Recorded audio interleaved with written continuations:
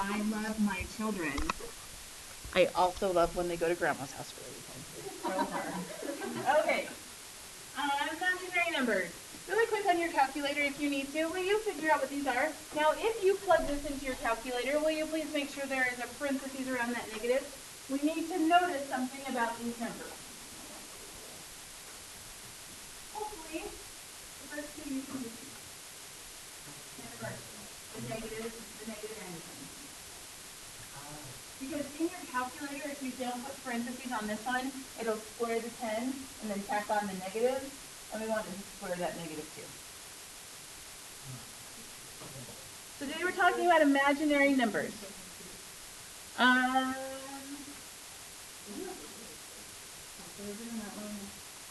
You may not have to. Yeah. Yeah, one of the backwards calculators, you don't have to worry about it. All right, 5 squared is what? 25. 2 squared? 4. 0.1 squared? 0.01. Negative 10 squared? We notice that when we square a number, the result is always what? Positive. It seems like we cannot multiply a number by itself and get a negative answer. Do you agree? It doesn't matter if it's negative or positive. I cannot multiply a number by itself and get a negative answer. Now that leaves a problem in math because that means there's going to be a situation where something doesn't work. Mathematicians don't like when that happens.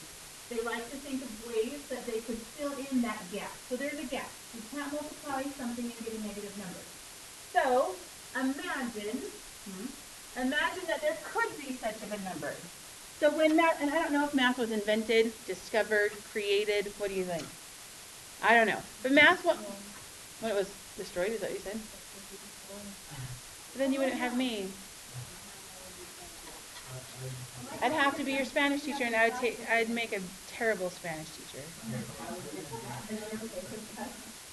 I am a one-trick pony, and this is it. This is all that I can do. No, it would be. I would be a complete waste of space if there was not math. So aren't you so grateful that you can be here? Okay, hold on now.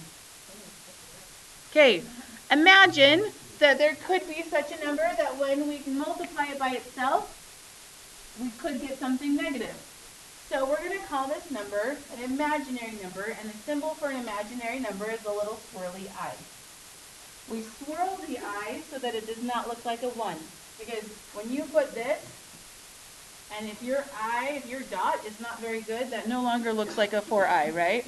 It looks like a 41. So we put the little swirl on it. If you just want to swirl it like this, you can. You probably shouldn't swirl it like that, or you get it, why not? Kind of now looks like a J. So don't do this one, maybe one of those two. All right, so if I call my imaginary number, if I were to multiply it by itself, if I were to square it, so I squared, imagine there is a number that I could get a negative when I square it. Please don't answer the next questions out loud. Would it be useful? What could we do with it? If I can do that, now all of a sudden, I can take the square root of negative numbers.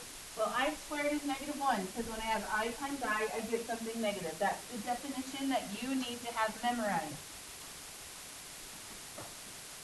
Which means if I were to square root both sides, wouldn't I be the square root of a negative 1?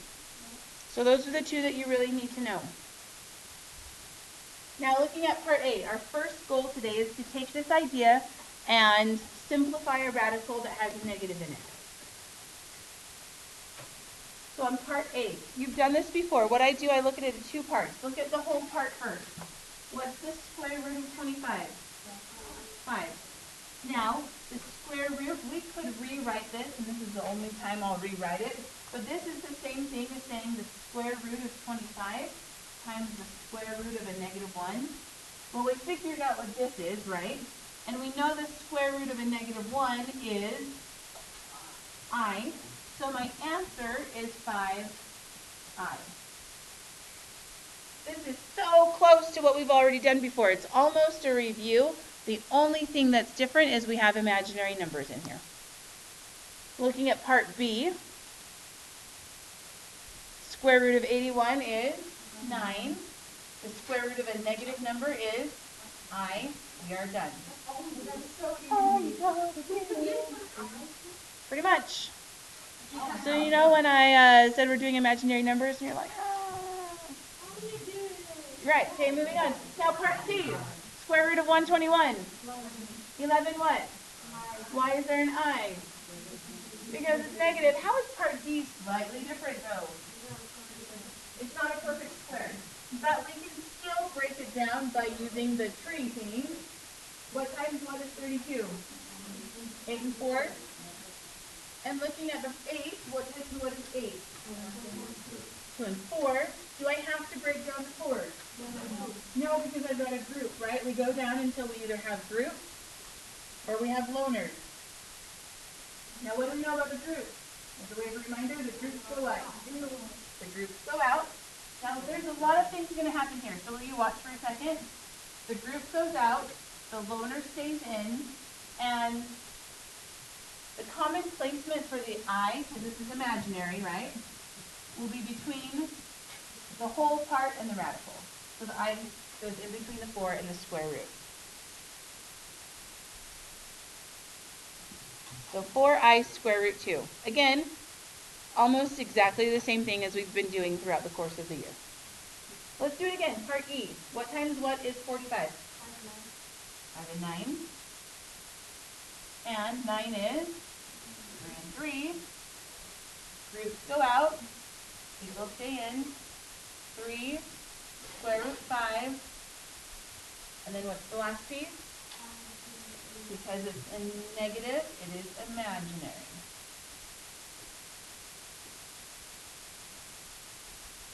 Questions so far?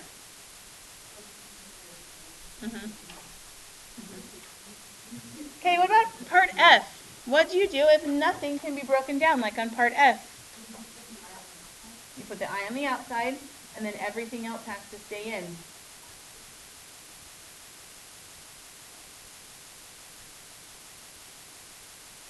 All right, now there's been a slight chord change since I wrote this packet, which means the stuff that's right here, we actually don't really have to do.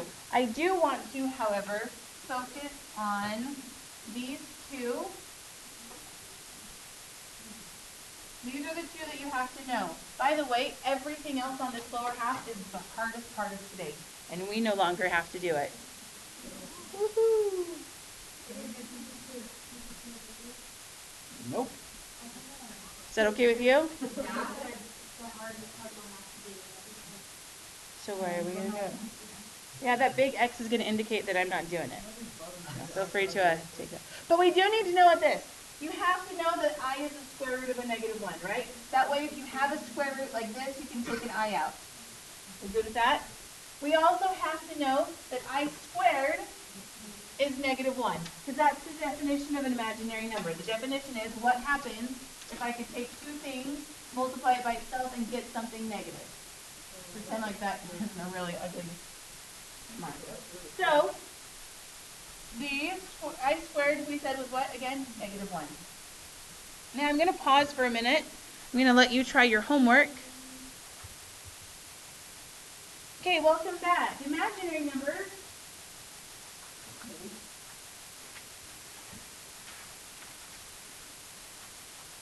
Imaginary numbers were once thought to be impossible. Like, how could this work that two negative numbers multiply together? Sometimes we knew guys would just see what happens, we make rules, and then sometimes there's just no use for them. So, they thought that they were impossible to actually use, and they were called imaginary, to make fun of them. But then somebody started to research them more. My husband's an electrical engineer, and he uses imaginary numbers. How? I have no idea, but I know that he does. I don't like to apply math. I like to do the problems and circle the answer and then do the next problem. I don't like to actually use it. I like to do the math. Anyway, I know he does use it though. The imaginary name stuck though, And so now you have imaginary and you have real. Now the very first unit we talked about the real numbers, right? The fractions, the square roots, the integers, the whole numbers. This is another branch of the number system. It's the imaginary numbers. And when you take a real number and combine it with an imaginary number,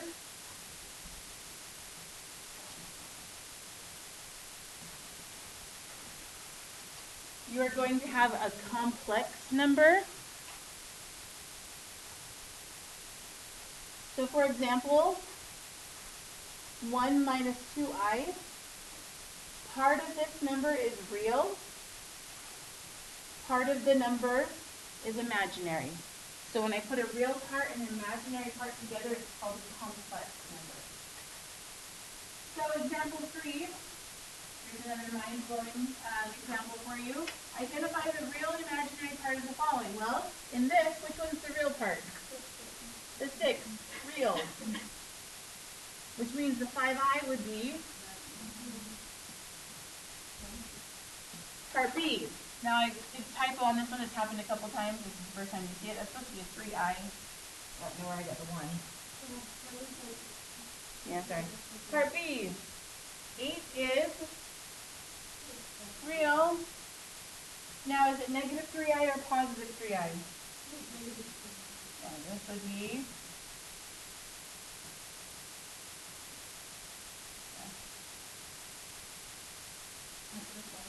That's all you gotta do.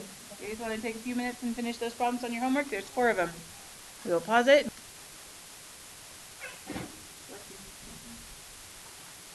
We can treat this imaginary number almost like a variable for now. We can add them, subtract them, and multiply them, and you do it almost the exact same way as you do on big Q. Really quick, notice the difference between the part A's. What's the difference? The addition sign, yeah. On part A, we are going to be adding. And on part A down here, we are going to be doing what? Timesing, multiplying. Good. This is where it's slightly different. These ones are the same. So if I were doing the problem above, I look at this, I have a real part. Those are both real, right? I have an imaginary part. I have a typo. Thank you for that. So we just have to add the real parts together, add the imaginary parts together, and we are done. So negative 3 plus 11 is 8. Negative 9i, negative 7i would be a negative 16i. Good. That's all you have to do. Just like before. Don't be confused and start multiplying these. You don't distribute because of the plus. Part B. I guess on this one there is a little bit of distributing. Why? Because we have to take care of the negative. So I will multiply this negative out. Negative 3 plus 6i, is that okay? Again, I like to rewrite it because I find that you're less likely to make a mistake. But just like before, we add our real part, we add our imaginary part, and we call it a day. Negative 1 and negative 3 make negative 4. Negative 3i, positive 6i, plus 3i. How do you feel about it? Jump to your homework really quick. There's one that's kind of interesting on number 25.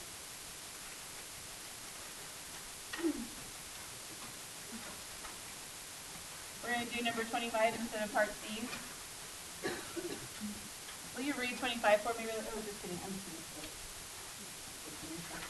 25 says 2 minus 8i minus 7 minus 8i. This is a really good question.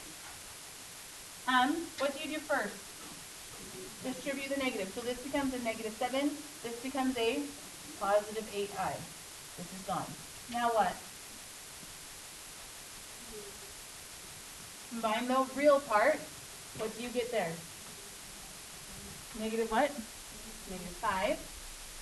Then, when I add the imaginary parts, what do we get? A 0. So my final answer will just be that. Does that make sense? Because the i's go away, they kind of cancel each other out. All right, let's just push forward, finish the notes, and then you can just work on your homework for the rest of the class. You'll have probably a good 25 to 30 minutes to work on your homework, even after wasting time talking about nothing. All right, we can also multiply complex numbers like we do polynomials. There's one major difference though. We know that I squared is what? Negative 1. So, you start the exact same way as you started the last one. Negative, well, when we did polynomial. Negative 7, this time we're multiplying, so I do want to distribute. Negative 7 times a negative 7 is a 49. Hold on, I'm backing out. Let me write that in. 49. Negative 7 times a negative 4i would be a positive 28i. See, I'm just treating it like a variable for now. Not a variable, technically, it's just a number. Then we do it again.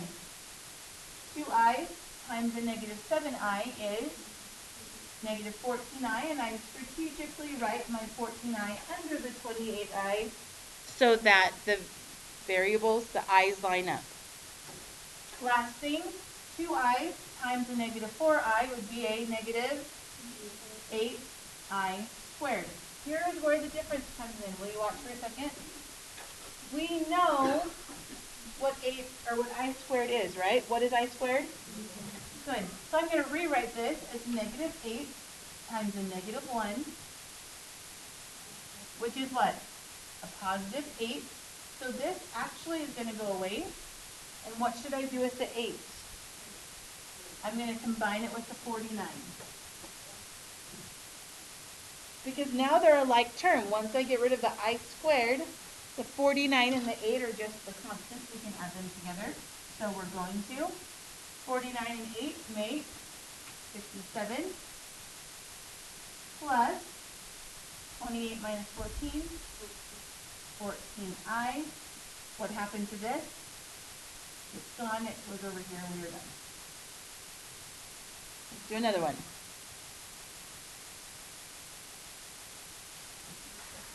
Number 6, do it again. 6 times a negative 6 is negative 36. 6 times a negative 2i, negative 12i. Move on to the second line. 8i times a negative 6, negative 48i. And 8 times a negative 2i would be negative 16i squared. Now what? We're going to take this, instead of saying negative 16i squared, we're going to say negative 16 times a negative 1, which is what? A positive 16. I'm not going to write it right here. I could, it doesn't matter. I'm going to write it right here. Why? So that it lines up with my other constant. Add them together. Negative 20 minus 60i. So question, will you ever have a trinomial when you multiply complex numbers? Will you ever have a third term? No. Could you ever have just one term? Maybe. When would you just have one term? If either the i's canceled or the real numbers canceled, right? Okay. Why don't you try part B? All on your own. See if you got it. Part B.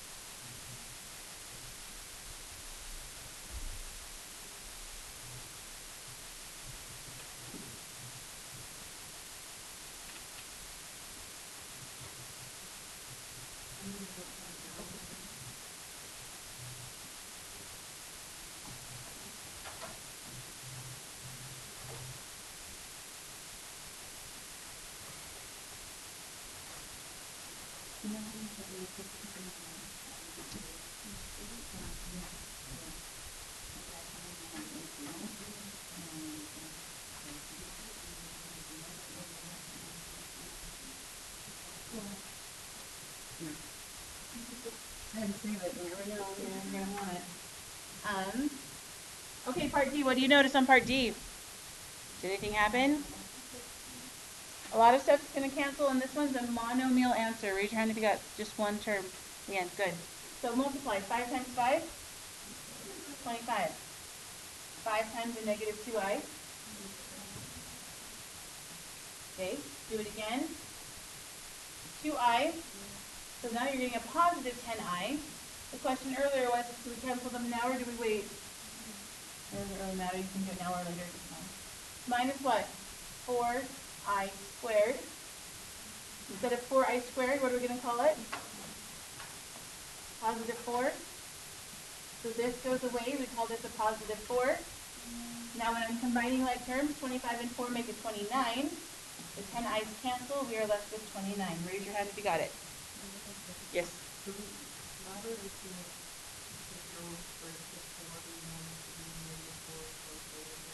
If you can do this correctly and just jump right here and skip kind of this, that's fine. Okay. I want to do one more just because part C looks a little bit different. Part C, the tendency is to square the 4 and square this and call it 16. Please don't write this down, 4i squared. There's a mistake when you do that, so you can't do that. Which is why we're going to take just a second and do this together so that you don't make a mistake later.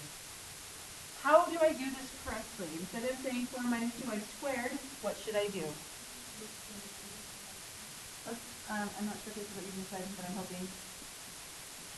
Rewrite it so there's 2 terms. Maybe in those words, but is that okay? We're going to rewrite it so there's 2 groupings so that I can actually do the FOIL, multiplying it, right? So 4 times 4, 16. 4 times the negative 2i is negative 8i. Negative 2 times 4 is what? Negative 8i again.